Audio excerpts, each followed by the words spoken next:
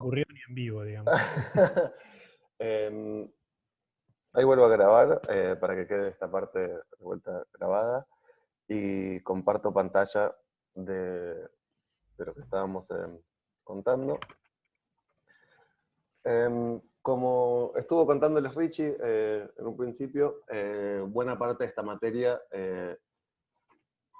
se trata de que ustedes se enfrenten con experimentos en los cuales se pone en evidencia esta cadena, que es una cadena donde uno primero transforma un fenómeno físico en una señal eléctrica, después la digitaliza y después la procesa, y hace eso de manera un poco más compleja de lo que lo hacíamos antes. Entonces, de lo que les voy a hablar ahora un poquitito es justamente de esta parte del medio, de qué es este conversor. Digo, por ejemplo, cuando hace un ratito Richie les mostró, les dijo, bueno, por ahí estoy midiendo con un osciloscopio y con un multímetro. ¿Por qué elijo un osciloscopio para una señal y un multímetro para otra?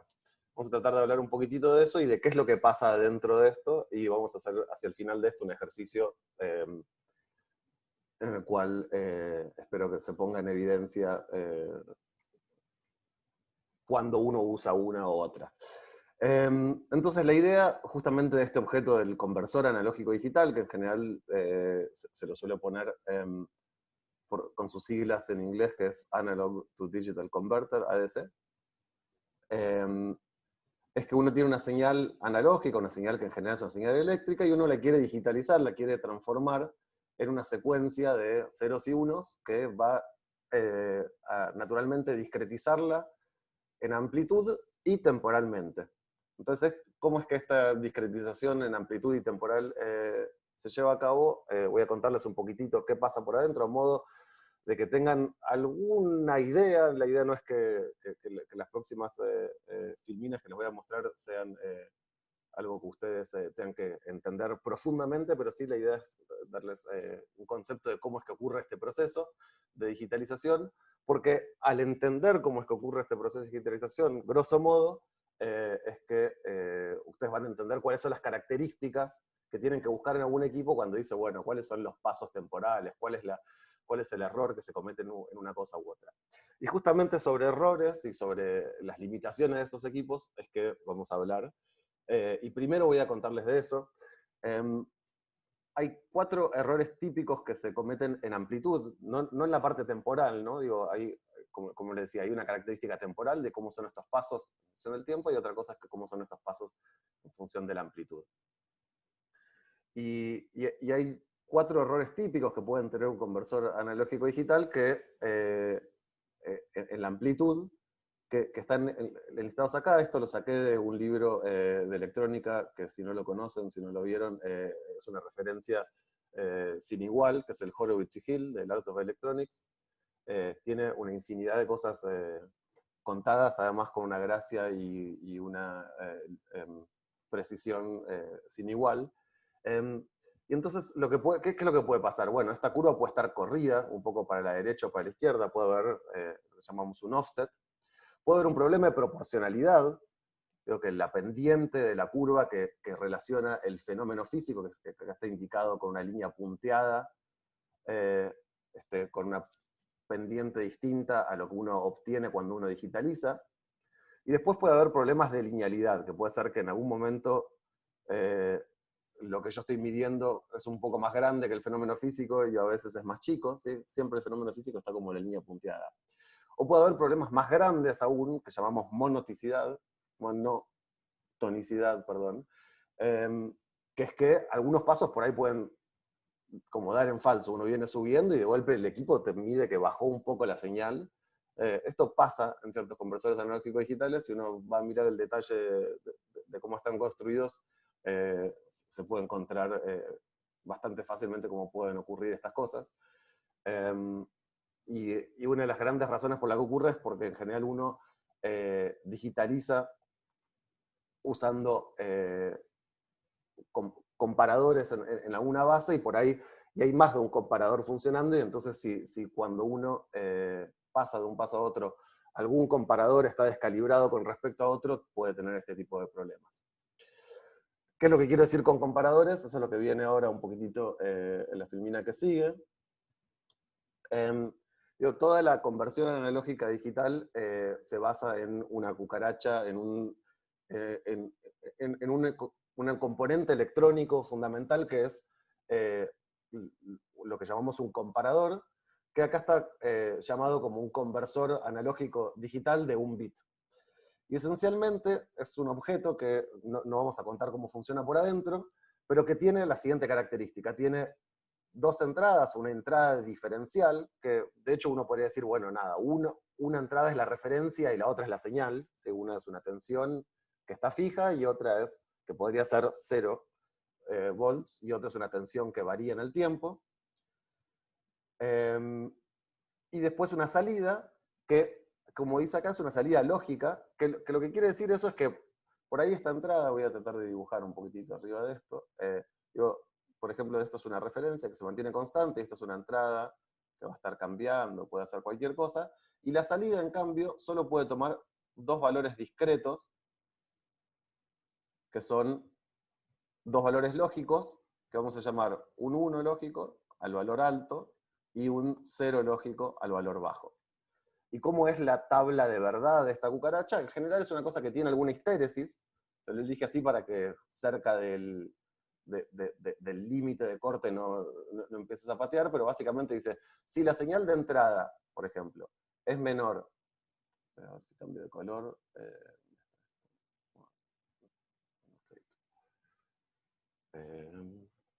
si la señal de entrada es menor que cierto umbral, vale menor que cierto umbral, por ejemplo, que marco acá con rojo, entonces la salida es alta, y si la señal de entrada está del otro lado, entonces la salida es baja.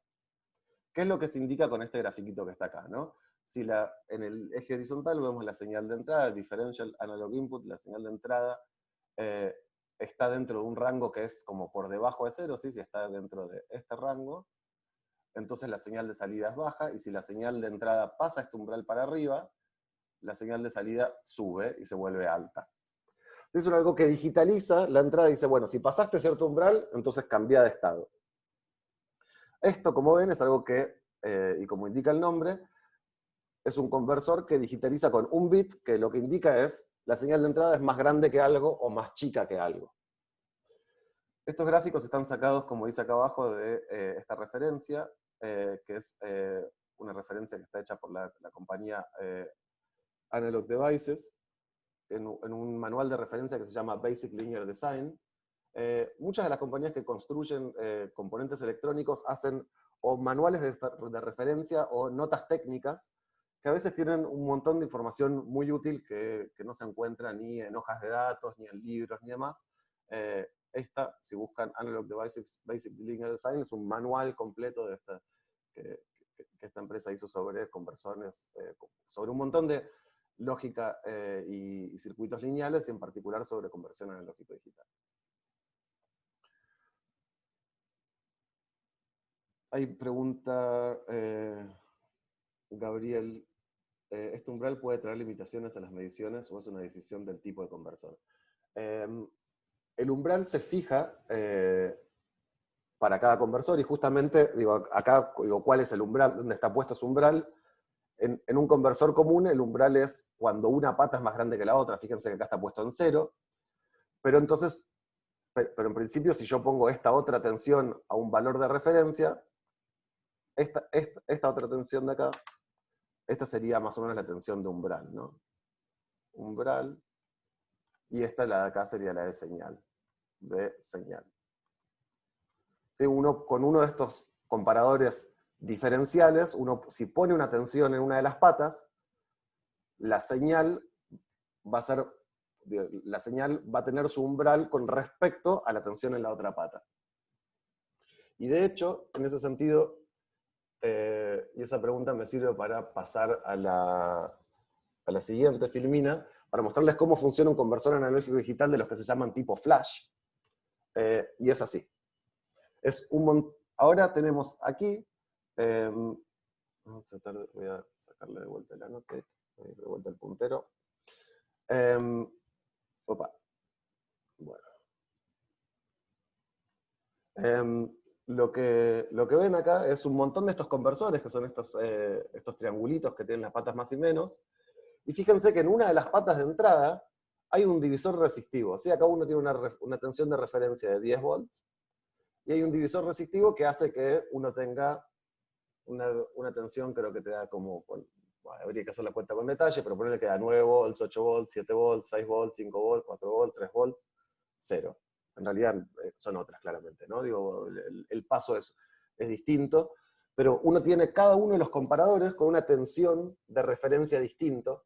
Entonces, cada uno de estos comparadores se va a prender o apagar en distintos momentos con respecto a esta entrada. Eso hace que a la salida, acá en estos puntos donde están indicados con los números 7, 6, 5, 4, 3, 2, 1, uno tiene una señal digital que te indica cuál es, entre qué tensión y qué tensión está la entrada. Digo, si la entrada supera, por ejemplo, esta tensión, entonces van a estar todos los comparadores de abajo prendidos y los de arriba apagados. Y así van a ir como prendiéndose, tiki, tiki, tiki, uno y otro, dependiendo de la tensión de entrada. Dicho, si uno les conectara a la salida de estos comparadores un LED o una lucecita, estos se prenderían como un búmetro, como una tira de lucecitas, como los equipos de música cuando indican la intensidad de la señal sonora, digitalizando de algún modo esa señal de entrada. Y lo que uno tiene en general, y que acá está puesto como, acá está indicado con esta cucaracha, que es la 74F148, es lo que se llama un encoder, que es algo que convierte esas señales lógicas, que en este caso es nada más como si fuese una señal que se va prendiendo una lucecita atrás de la otra, en algo que puede ser, por ejemplo, un número en binario. Pero no hace falta tantos canales lógicos como hay acá, que serían 8 canales lógicos desde 0 hasta 7, para indicar una señal de 3 bits, una señal con... Si uno quiere indicar algo que va de 0 hasta 8, no hace falta 8 canales y ir marcándolos con un búmetro, podemos usar una codificación binaria y así comprimir de algún modo esa información, y eso es lo que haría este componente electrónico que está acá. Y entonces uno tiene una salida que está en algún formato que después puede ser leída por un microprocesador, por una computadora, por alguna otra etapa de comunicación. No sé si, Gabriel, respondí más o menos a tu pregunta, o tenés ganas de repreguntar. Creo que... Sí, gracias. Bien. Esta no es la única estrategia, esta es la estrategia que se conoce como flash. Es flash porque se llama flash porque justamente ocurre como todo en un único momento, ¿no? Digo, como llega la señal de entrada y en el momento que vos decidís mirar cuál es la salida, estás leyendo toda la entrada en un flash, justamente. Los conversores más rápidos que hay funcionan de esta manera. Lo malo que tienen es que necesitas justamente, fíjense que este tiene bastante pocos bits, es un conversor de 3 bits, y necesitas un montón de comparadores, necesitas un montón de comparadores uno atrás de otro, y este comparador en general es la parte crítica. Si uno quiere algo digitalizado en más bits, tiene que empezar a poner más y más y más de estos comparadores, que hacen que el circuito integrado que hace esto se vuelva más caro y complejo. Y hay un montón de estrategias para resolver esto de distintas maneras. Por ejemplo, una que uno puede hacer es, en vez de dividir acá, esta división que está puesta acá, que se llama tipo termómetro, porque justamente como el búmetro, como el termómetro, es algo que se va prendiendo y levantando como de abajo para arriba, uno podría, por ejemplo, poner una división donde uno agarre y dice, bueno, comparo si la tensión está entre más de 5 volts o menos de 5 volts, y después, como uno puede hacer, ir dividiéndolas de manera binaria a todo el rango de tensión. Hay distintas maneras de hacer eso, y eso está un poquitito contado en esta filmina. Hay un zoológico gigante del tipo de conversores analógicos digitales. Están todos los que se llaman tipo flash, que pueden ser tipo termómetro, o medio flash, esto es un compendio de nombres más que nada. Los que llaman subranging, folding, pipeline, que son distintas maneras de combinar distintos de estos comparadores para hacer un conversor.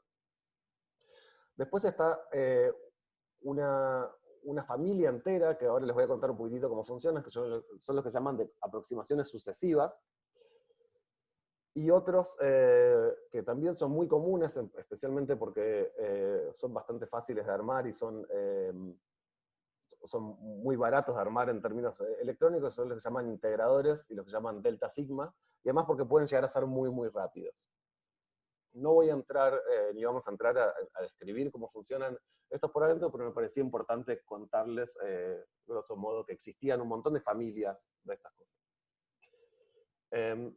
¿Cómo es que funciona un comparador de aproximaciones sucesivas? Quiero contarles, para que se den una idea de otra idea que no es esta de Flash de poner un montón de comparadores, de cómo es que puede hacer uno un conversor analógico digital de muchos bits por un único comparador. Y el circuito lógico es este que está acá, y voy a tratar de explicárselos por partes. Lo primero que hay es a la izquierda la entrada, que es la entrada analógica, y esto que está acá, este triangulito que está acá, no es un comparador, acá lo que dice es SHA, que es, voy a escribirlo, es un Sample and Hold Amplifier. ¿Qué es lo que es? Es una cosa que lo que hace es, en algún dado momento, con una señal de timing, que justamente viene de arriba, lo que hace es, lee la señal de entrada y la guarda en la salida. Es como una memoria analógica. Lo que hace es, lee y guarda la salida. Entonces, lo que puedes hacer es decir, bueno, medí ahora y sosteneme ese valor a la salida para que yo pueda digitalizarlo. ¿Sí? La entrada puede estar cambiando, entonces quiero en algún momento quiero medir en este momento. Entonces, lo primero que hay es algo que sostiene la entrada. Acá, en esta siguiente etapa, la entrada está sostenida por este Sample and Hold Amplifier. Yo escribir Sample and Hold para que quedara esto es Sample and Hold Amplifier.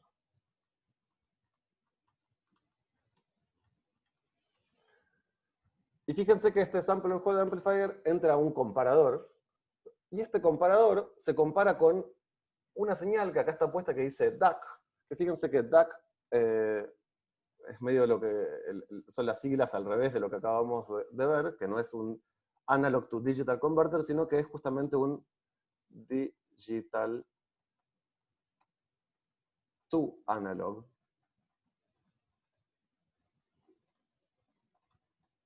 Converter. Y fíjense que acá hay una especie de lazo, fíjense que acá tenemos una unidad de control, que controla a este conversor digital analógico que va al comparador. Entonces, ¿qué es lo que podemos hacer? Fíjense que yo, digitalmente, lo que puedo hacer es generar una señal analógica que se va a comparar con la señal de entrada.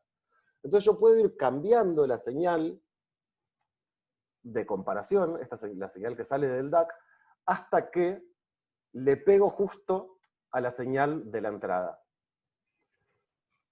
Entonces, como el juego de aproximaciones. Decía un número y es más grande que este, más chico que... claro, exacto. Y eso es lo que se ve, esto es lo que se ve acá en la salida de lo que de cómo funciona un comparador de aproximaciones sucesivas mientras va adivinando cuál es la tensión de entrada. Dice, bueno, pongo una tensión acá de 0,5, ponele que tengo que medir una tensión entre 0 y 1 volt. Entonces lo primero que hago es pongo 0,5 volts. Entonces dice, ¿es más grande que 0,5 o es más chica que 0,5? Y acá te va a decir ese resultado. Entonces la lógica dice, bueno, es más grande que 0,5. Entonces ahora lo siguiente que pongo es 0,75. ¿Es más grande que 0,75 o más chica? Entonces ya sabes si está entre 0,75 y 1 o entre 0,75 y 0,5. Y así vas haciendo aproximaciones sucesivas hasta que llegas dentro de la resolución de tu equipo, a decir, esta es una señal. Fíjense que esto está bueno porque usa un único comparador, pero por otro lado no está tan bueno porque todo este proceso lógico toma tiempo. Entonces posiblemente, por ejemplo, un osciloscopio, no sé si le pondría uno de estos. Pero si quiero un multímetro que tiene que medir una señal lenta, que tiene que medir una temperatura, que me puedo tardar un segundo en integrarla, está todo bien, puedo poner uno de estos.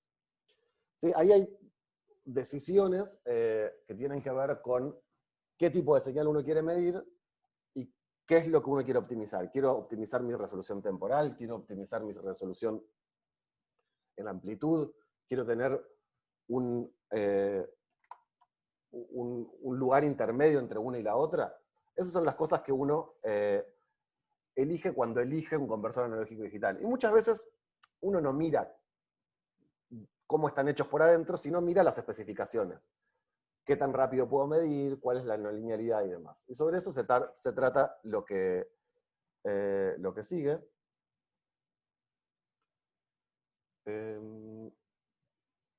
Bien.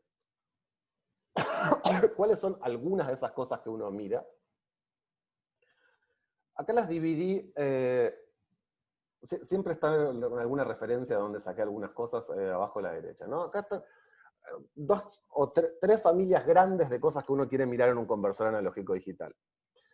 Por un lado, las características temporales, qué horrible, las características temporales. Por otro lado, como les decía, las características de amplitud, y encima de eso están las de comunicación. Y acá voy a empezar, de hecho, por esta del final. Digo, nosotros no vamos a trabajar con un circuito integrado que es un comparador analógico digital, sino que vamos a trabajar en general con un conversor analógico digital dentro de alguna plataforma. Digo, vamos a trabajar con un osciloscopio que tiene un conversor analógico digital. Vamos a trabajar con un multímetro que tiene un conversor analógico digital. Vamos a trabajar con una placa de adquisición de alguna empresa que hace placa de adquisiciones que tiene adentro un conversor analógico digital.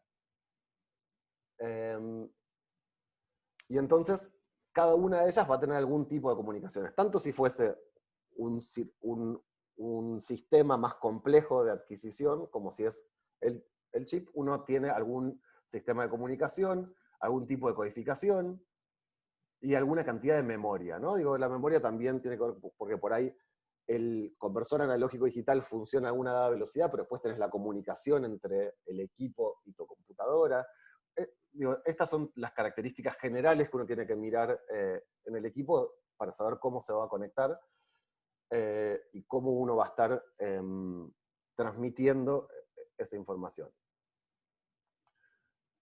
Pero más puntualmente, como les decía, y volviendo para atrás, o para arriba, más bien, en esta filmina, ¿cuáles son las características propias de la conversión analógico-digital? Bueno, en las temporales hay un montón, acá hay solo algunas enunciadas, por ejemplo, ¿cuál es el tiempo de la medición? Digo, ¿cuánto es un tiempo total máximo que puedo medir? ¿Cuál es la frecuencia de sampleo? Que quiere decir, ¿qué tan rápido puedo medir un punto atrás de otro? ¿Cuál es el tipo de muestreo que hago? Que acá fíjense que digo sampleo y promediado. Esto tiene que ver, por ejemplo, esta etapa inicial que yo había dibujado acá. ¿Qué es lo que puedo hacer? Lo que puedo hacer es medir una tensión en un tiempo, o puede, por ejemplo, en una dada ventana temporal, tomarte el pico, o tomarte el valor medio. Ustedes cuando vieron osciloscopios, el lago 3, posiblemente se encontraron con que, de hecho, uno puede cambiar cómo funciona esta etapa inicial en un osciloscopio, y eso es una función que se llama, por ejemplo, peak detect. Digo, si uno pone peak detect, lo que hace es, en la ventana temporal que corresponde, esta etapa de preadquisición lo que hace es guarda el valor del pico. Si no, puede ser que midan un tiempo, si no, puede ser que promedie. Digo, hay distintas cosas que uno puede hacer. Vamos a borrar un poquitito todo esto. Son distintas cosas que tienen que ver justamente con cómo es esa adquisición, ¿no? Y después un montón de características que tienen que ver con el ruido. Digo,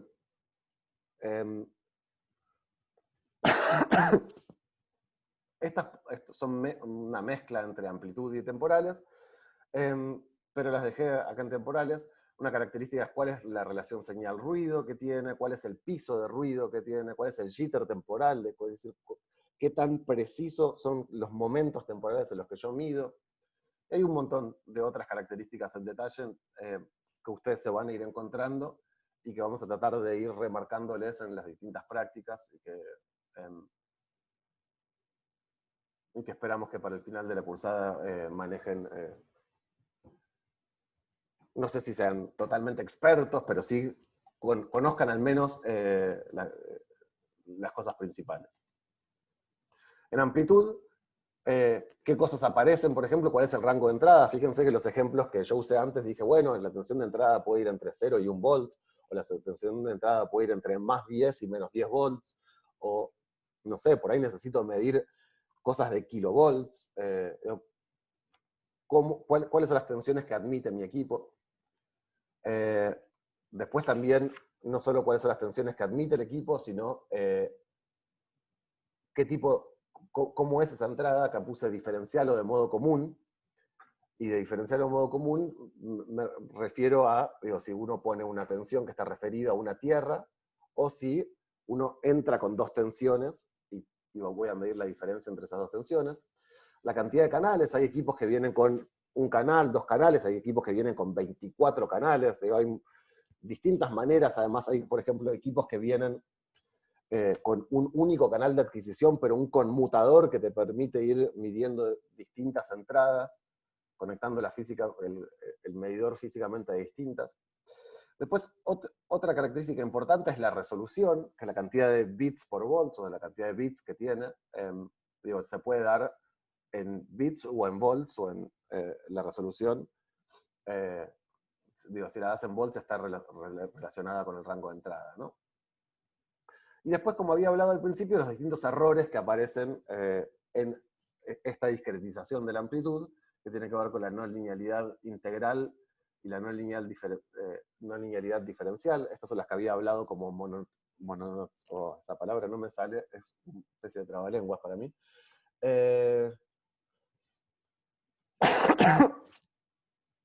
Sobre la ganancia y sobre el cero, ¿no? Son lo que habíamos llamado como error de offset, error de calibración, yendo de abajo para arriba, ¿no? Dónde está el cero es el error de offset, el error de ganancia es el de proporcionalidad, la no ganancia diferencial es la monotoxicidad, y la integral es la no linealidad que hace la forma de la curva. De vuelta, estas cosas están tratadas con bastante detalle en esta nota de aplicación de Texas Instruments, que pueden googlear y encontrar, está para bajar libremente. También están contadas un poquitito en el libro de Horowitz y Hill.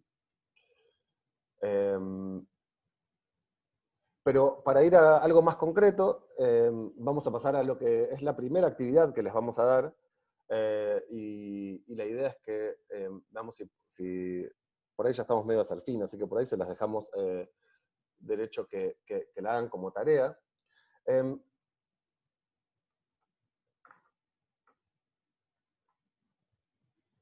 En el laboratorio contamos con un montón de equipos distintos de adquisición, una lista de las cuales está acá. Fíjense, y en el PDF este que van a recibir están los links a los manuales de cada una de estas cosas. Un osciloscopio, una placa de adquisición. Fíjense que acá dice DAC con Q. Con Q así, no es Digital to Analog Converter, sino que es Digital Acquisition System. Digo, es un sistema de adquisición digital que a veces tiene entradas y salidas digitales. El trabalenguas ya es mental acá, pero bueno. Bueno, hay distintas placas de adquisición en el laboratorio, está estas de National, la 6210 y la 6212. Hay multímetros de banco, este Agilent, esta fuente que también mide de Agilent. Como les decía, está esta unidad de medición conmutador, que es como una especie de multímetro de banco, pero que puede conmutar entre distintas entradas. Ustedes en los laboratorios anteriores seguramente usaron las placas de adquisición de la marca Vernier, que se llamaban Sensor DAC, y posiblemente alguno haya usado el microcontrolador Arduino Uno o cualquier microcontrolador programable, que en general tienen conversores analógicos digitales. La idea es que por grupo elijan tres de estos equipos y completen acá está la lista de vuelta. Y completen esta tabla. Voy a borrarle todos los cositos que le quedaron arriba. Agarren y elijan el instrumento A, B y C, elijan 3 de ellos, y encuentren estas 6 características de sus manuales, de sus hojas de datos de referencia, que son las siguientes. La velocidad de muestreo, como la frecuencia de muestreo, que también se llama sampling rate, que está relacionada con el ancho de banda del equipo. La longitud máxima del registro, el tiempo de muestras, la memoria que tiene, la cantidad de canales que tiene, la resolución del conversor en bits, los rangos de voltaje, y con estas dos pueden sacar la resolución mínima en voltaje.